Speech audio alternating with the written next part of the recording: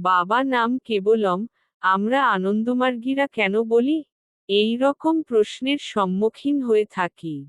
আমরা অনেকেই এমন প্রশ্নের সঠিক উত্তর দিতে পারি না, তাই আজকে জেনে নেওয়া যাক আমরা বাবা নাম কেবলম কীর্তন কেন করি। আনন্দমার্গের অষ্টাক্ষরী মহামন্ত্র, বাবা নাম কেবলম।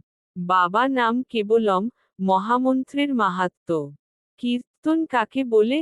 সংস্কৃত কীর্ত, ধাতু থেকে, কীর্তন, শব্দটার উৎপত্তি যার অর্থ হল উচ্চস্বরে কারো প্রশংসা করা। ঈশ্বরের গুণগান যখন মানুষের ওষ্ঠ থেকে বহির্গত হয়ে অপরের কর্ণরন্ধ্রে প্রবেশ করে তখন তাকে বলে কীর্তন। শ্রী শ্রী আনন্দমূর্তি। বাবা নাম কেবলম কেন? এখানে বাবা মানে প্রিয়তম, সবচেয়ে আদরণীয় সত্তা। এই প্রিয়তম সত্তা হলেন পরম পুরুষের।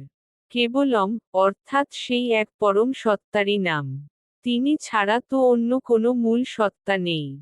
অসীম অনন্ত চরাচরের ভেতরে বা বাইরে কেবল একটি সত্তায় আছেন।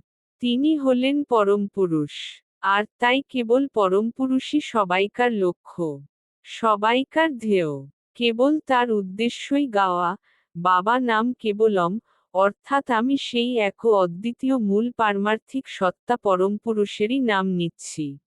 বাবা